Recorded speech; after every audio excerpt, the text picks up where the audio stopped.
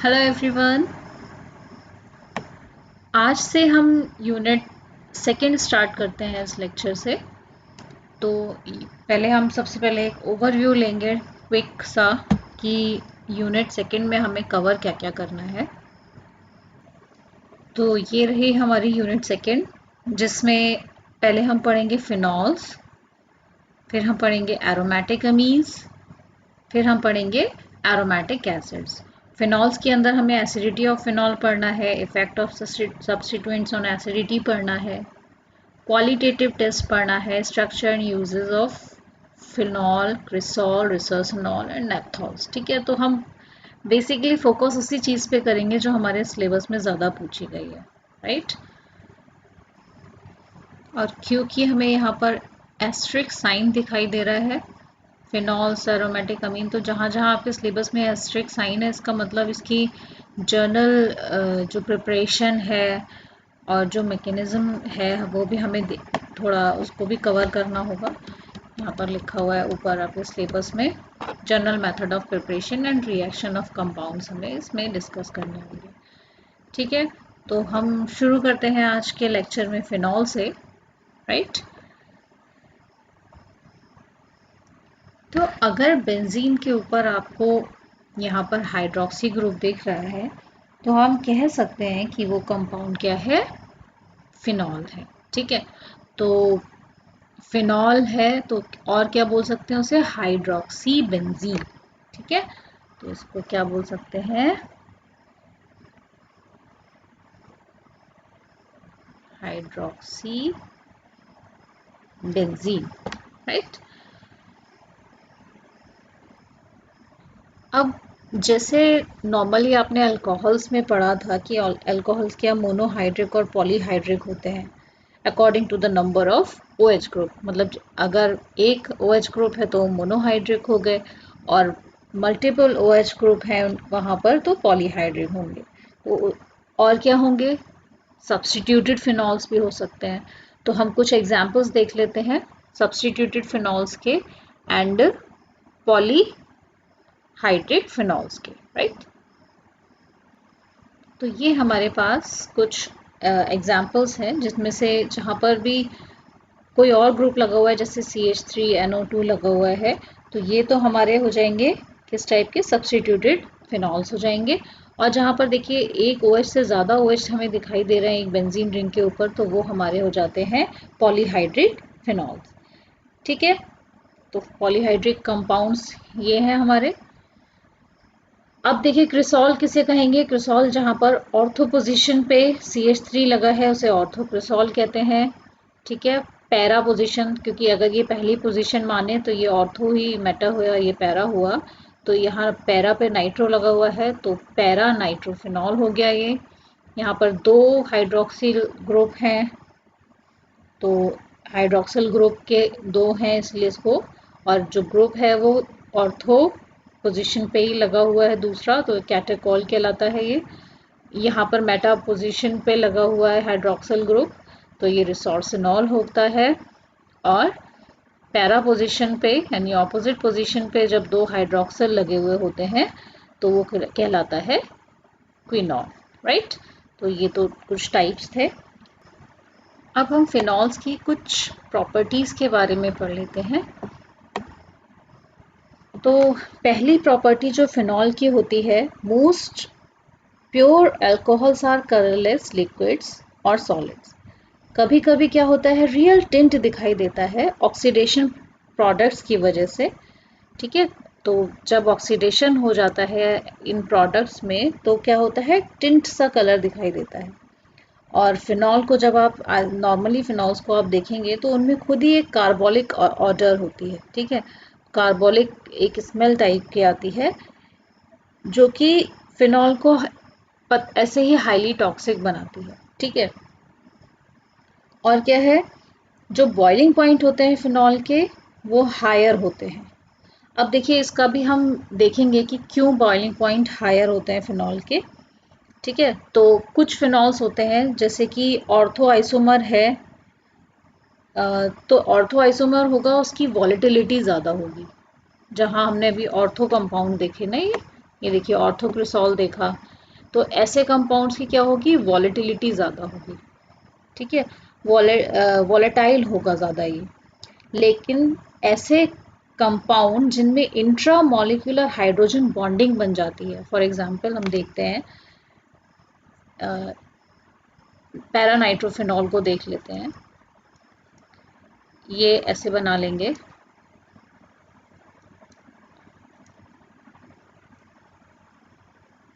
इसको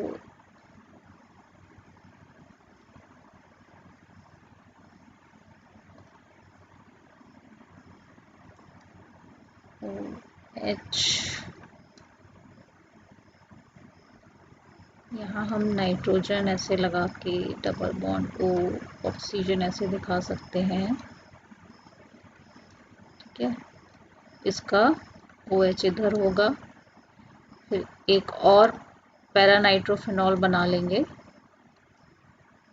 दोबारा से वहाँ पर एक नाइट्रोजन, ऑक्सीजन, NO2 बना लेंगे और OH लगा देंगे, ठीक है। तो ये लाइन से वैसे ही बने हुए हैं, इसको भी वैसे ही लिख लेते हैं।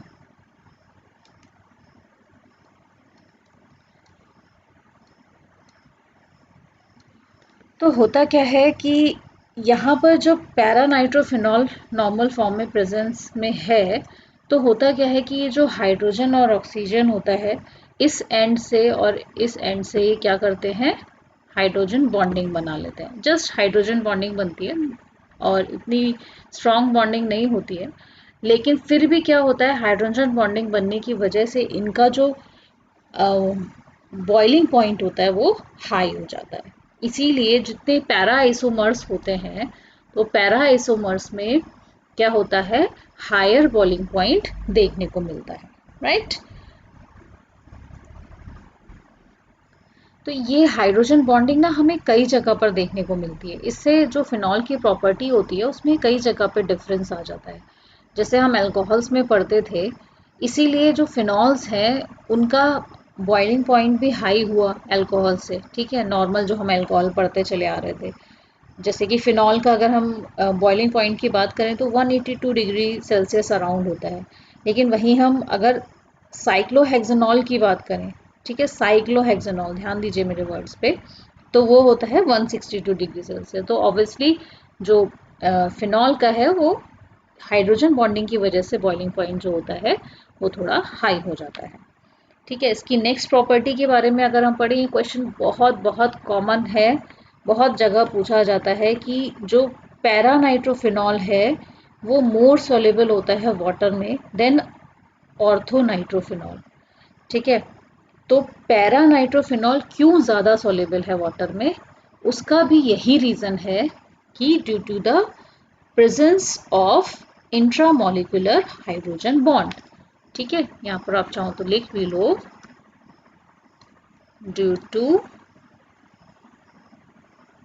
प्रेजेंस ऑफ इंटरमोलिकुलर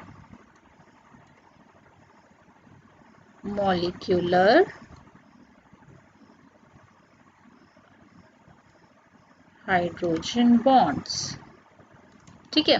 तो ये जो हाइड्रोजन बॉन्ड्स बन रहे हैं दो मॉलिक्यूल के बीच में, सेम मॉलिक्यूल है, देखिए एक पैरानाइट्रोफिनॉल ये है, एक पैरानाइट्रोफिनॉल ये है, इनका कुछ अरेंजमेंट इस टाइप से है कि यहाँ ये वाला जो लास्ट हाइड्रोजन हो रहा है, इसका जो हाइड्रोजन बॉन्ड बन रहा है ये नाइट्रो ग्रुप के साथ बन जाता है, ठीक है। तो इस टाइप से अगर यहाँ पर मेटा पोजीशन पे लगा होता, ठीक है, और या फिर ऑर्थो पोजीशन पे लगा होता यही ग्रुप, तो ऑर्थो या फिर मेटा पोजीशन पे लगा होता तो ये बॉन्डिंग जो थी वो पॉसिबल नहीं हो पाती, ये इंटरेक्शन जो था वो पॉसिबल नहीं हो पाता। तो ये इंटरेक्शन किस केस में पॉसिबल हो पाया है, सिर्फ हमारे पैरा नाइट्रोफिनॉल के केस में पॉसिबल हो पाया है। इसीलिए इंटरमॉलिक्यूलर हाइड्रोजन बॉन्ड्स के वजह से जो वाटर एंड पैरानाइट्रोफिनॉल होते हैं वो मोर मिसेबल होते हैं, ठीक है, मोर सॉल्युबल होता है paranitrophenol in water than orthonitrophenol, ठीक है। तो सॉल्युबिलिटी का क्वेश्चन आ गया, एक ये हो गया। तो अब हमें पढ़ना है रिएक्शंस, मतलब मेथड ऑफ प्रिपरेशंस के बारे में। तो इसमें हम बहुत ज़्यादा डीप में नहीं जाएंगे, जस्ट हम जनरल मेथड को ओवरव्यू करेंगे और मोस्ट कॉमन मेथड को पढ़ लेंगे, ठीक है। तो ऐसा करेंगे तो ज़्यादा बेटर रहेगा, ठीक है। और सही बात है कि आप थोड़ा फेमिलियर हो जाओगे इस फिनॉल्स नाम की चीज़ से कि कैसे फिनॉल्स बन रहे हैं, तो ये ज़रूरी भी है थोड़ा ओवरव्यू, ठीक है। आगे बढ़ते हैं। तो पहला मेथड हम देख लेते हैं जो कि मोस्ट वाइडली यूज मेथड है, प्रिपरेशन फ्रॉम आइसोप्रोपाइल बेंजीन, जिसको क्यूमीन भी बोलते हैं। तो यहाँ आप देख रहे हो लिखा हुआ है क्यूमीन। तो आइसोप्रोपाइल बेंजीन से जब हम फिनॉल बनाते हैं तो ये एक मेथड है जिससे हम फिनॉल बना सकते हैं। यहाँ हमारा फिनॉल बना हुआ दिख रहा है, ठीक है। तो ऐसे कई मेथड्स हैं जिनसे हम फिनॉल बना सकते हैं। फिलहाल ये जो मेथड आपके सामने लिखा हुआ है ये मोस्ट वाइडली यूज मेथड है, तो इसी को हम ज़्यादा अच्छे से देख लेंगे, ठीक है। तो पहला स्टेप क्या हो गया, क्यूमीन, ठीक है। यहाँ पर इस स्टेप को हम स्किप भी कर सकते हैं, क्योंकि अगर हम क्यूमीन एज इट इज़ बना हुआ, और ये दूसरे मेथड से भी बना सकते हैं क्यूमीन, आइसोप्रोपाइल बेंजीन, ठीक है। याद करो बेंजीन के ऊपर हमने क्या कराया था, एल्काइलेशन कराया था, ठीक है। तो alkylation isopropyl, as a isopropyl को हम क्या बना सकते हैं बताइए, कार्बोकेटाइन बना सकते हैं। कार्बोकेटाइन बना के यहाँ अटैक करा सकते हैं, ठीक है। तो वो रिएक्शन जो भी थी उसको हम यहाँ अप्लाई करके क्यूमीन बना हुआ दिखा सकते हैं। तो कभी कभी ऐसा होता है ना कि जब हमें प्रोडक्ट चाहिए होता है तो रिएक्शन हम खुद भी डिसाइड कर लेते हैं कि हम यहाँ पर क्या करा सकते हैं। तो जब हमने पढ़ रखा है कि हम आइसोप्रोपाइल बेंजीन वैसे भी बना सकते हैं एल्काइलेशन करा के, तो हम उसको भी प्रेफर करेंगे तो कोई दिक्कत नहीं होगी, ठीक है। अगर ऐसा लिखा है तो इससे भी कोई दिक्कत नहीं है, दोनों ही तरीके ठीक है।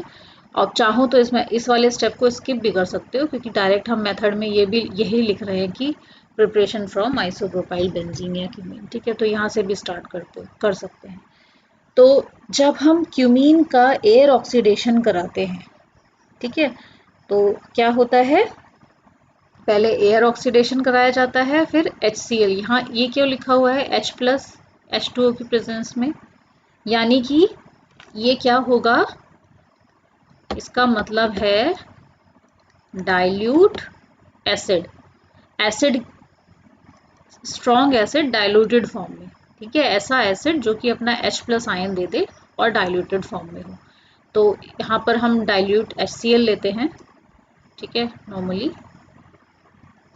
तो इसको हम लिख लेंगे डाइल्यूट HCl, ठीक है। तो क्या करते हैं, पहले स्टेप में ऑक्सीडेशन कराया जाता है और सेकेंड स्टेप में क्या होता है, डाइल्यूट HCl के साथ में इसका रिएक्शन होता है।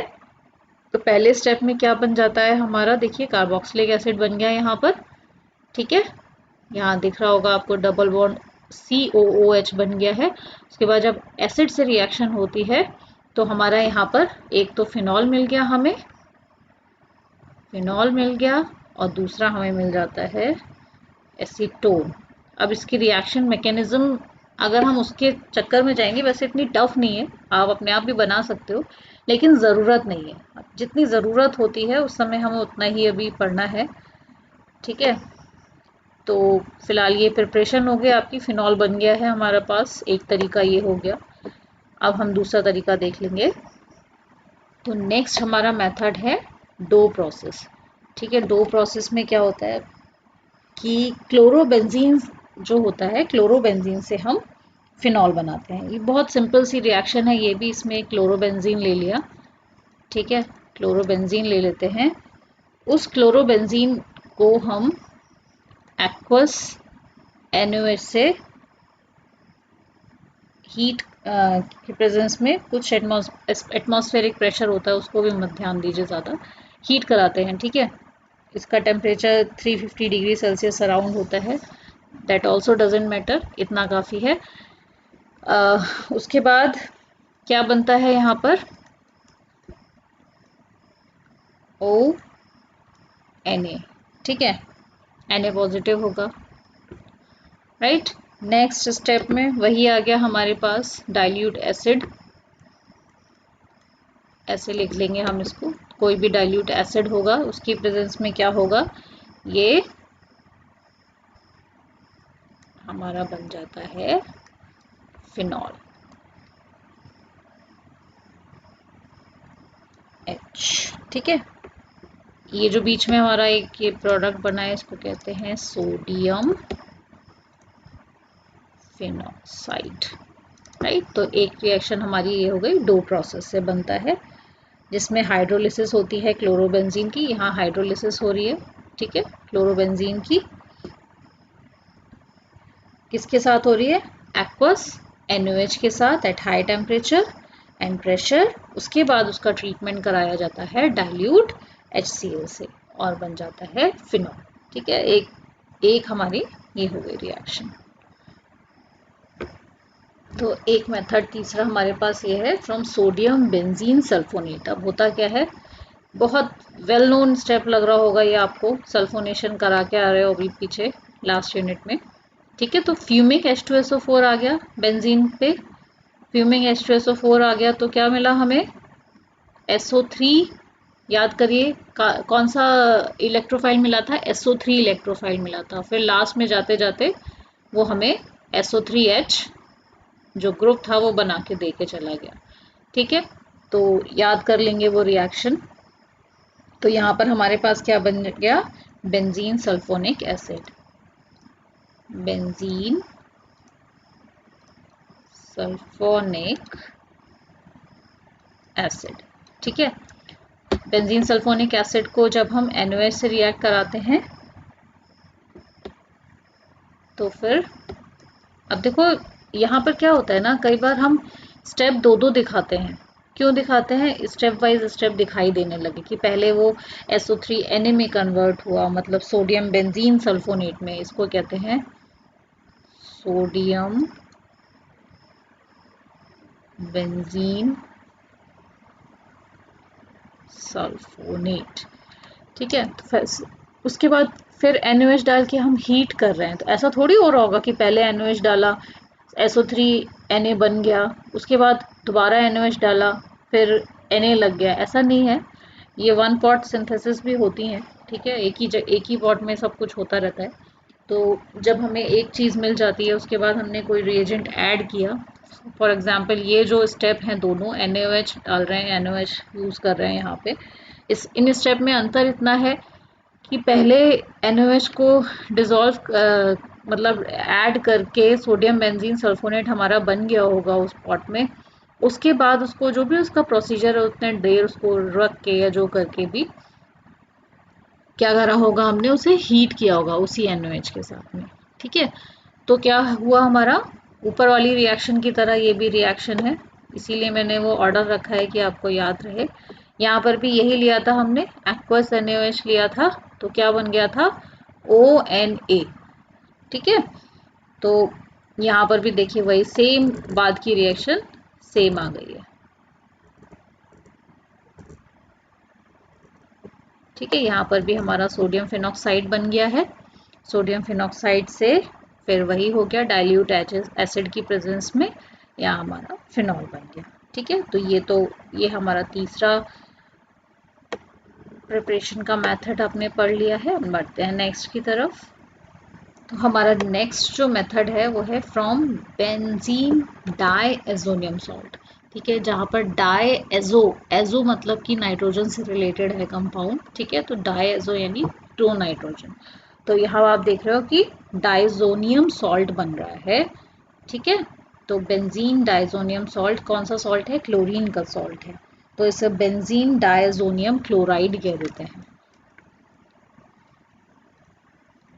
बेंजीन डाइज़ोनियम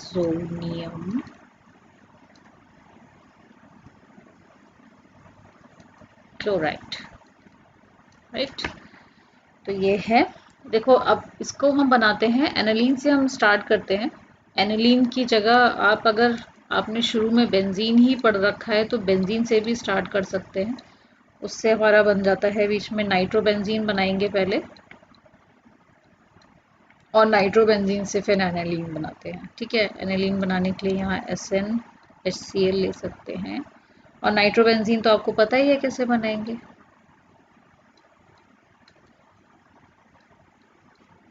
ठीक है, तो ये दोनों स्टेप सिर्फ इसलिए लिखे गए हैं कि आप फैमिलियर रहो कि ये आया कहाँ से एनालीन। ठीक है, तो बेंजीन से स्टार्ट करेंगे तो ये वाले स्टेप भी लिखने पड़ेंगे, अदरवाइज आप सिर्फ यहाँ से भी स्टार्ट कर सकते हो। अगर एनिलीन लेते हैं और सोडियम नाइट्राइट की प्रेजेंस में, ये सोडियम NaNO2 को सोडियम नाइट्राइट बोलते हैं, और 0 डिग्री लिखा है, इसका मतलब आइस बाथ के ऊपर कर रहे हैं इसे, ठीक है। वॉट आइस बाथ रखा हुआ है, उसके ऊपर ये रिएक्शन कराई जाती है। देखो वैसे मैंने ऊपर बोला था मोस्ट कॉमन रिएक्शन जो होती है वो ये होती है, पहली रिएक्शन जो मैंने बोली थी ना, वो इसलिए बोली थी क्योंकि ये रिएक्शन इसलिए यूज़ होती है कि इसमें फिनॉल के साथ साथ एसीटोन भी मिल रहा है हमें, ठीक है। और एसीटोन भी बहुत यूज़फुल एक हमारे पास कंपाउंड मिल रहा है, इसीलिए प्रिफर की जाती है ये रिएक्शन ज़्यादा। बट एज अ रिसर्चर मैं बताऊं तो लैब में हम लोग सबसे ज़्यादा, अगर हमें ज़रूरत पड़ जाती है, एकदम फिनॉल बनाने की ज़रूरत पड़ती है, तो हम इस मेथड को ज़्यादा प्रीफर करते थे एनिलीन से, क्योंकि ये मेथड यहाँ पर भी हम जब यहाँ पर वाटर बाथ लेते हैं, जब हीट करते हैं तो इसे 50 डिग्री सेल्सियस तक ही हीट करना होता है इसलिए। और ये जो डाइजोनियम सॉल्ट्स होते हैं ये बहुत इजीली प्रिपेयर हो जाते हैं, बहुत जल्दी बन जाते हैं, तो हम लोग ये रिएक्शन प्रेफर करते थे। तो बस जस्ट मैं आपसे एक अपना एक्सपीरियंस शेयर कर रही थी और कुछ नहीं है। बाकी आपको जो मेथड सही लगता है वो यूज़ किया जाता है, तो केमिस्ट्री है, ठीक है। तो ऐसे बन गया बेंजीन डायजोनियम सॉल्ट से एनिलीन को जब हमने सोडियम नाइट्राइट से Cl की प्रेजेंस में रिएक्ट कराया एट 0 डिग्री सेल्सियस, तो यहाँ पर हमारा डायजोनियम क्लोराइड बनता है, ठीक है। बेंजीन डायजोनियम क्लोराइड कहते हैं, डायजोनियम इसलिए क्योंकि 2 नाइट्रोजन है यहाँ पर, ठीक है, उसका सॉल्ट है ये। उसके बाद क्या होता है, फिर उसको हीट करते हैं वाटर बाथ के ऊपर और वो बन जाता है हमारा फिनॉल, ठीक है। तो ये है इसका एक और मेथड जो आपने देखा। नेक्स्ट मेथड और एक और देख लेते हैं मेथड। तो एक मेथड ये होता है, कोलतार से हमें फिनॉल मिलते हैं। तो ये कोलतार जो होता है एक नेचुरल सोर्स होता है फिनॉल्स का, ठीक है। फिनॉल का भी होता है, क्रिसॉल्स का भी होता है।